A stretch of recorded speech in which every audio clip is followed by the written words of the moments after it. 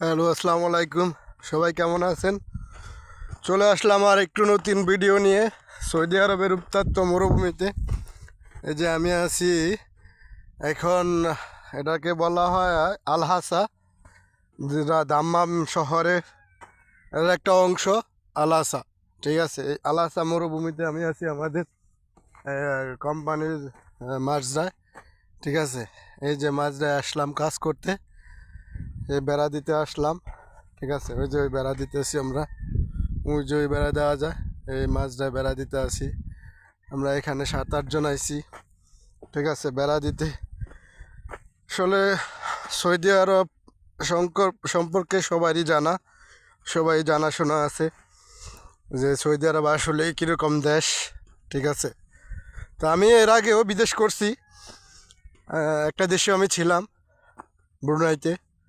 হ্যাঁ, তো আমি বিদেশ করছি, কিন্তু এত কষ্ট আমার হয় না এর আগে। এই সৌদি আরবে যে পরিমাণে কষ্ট হয়েছে আমার কাজ করতে, বা হ্যাঁ, এইরকম কষ্ট আমার আগে, আমি যে আগে একটা দেশে ছিলাম, এত কষ্ট হয় না, ঠিক আছে। সৌদি আরবে আসলে বেশ মরুভূমির দেশ, ঠিক আছে। দেশে বেশিরভাগই মরুভূমি, শহর খুবই কম, মরুভূমিটাই বেশি।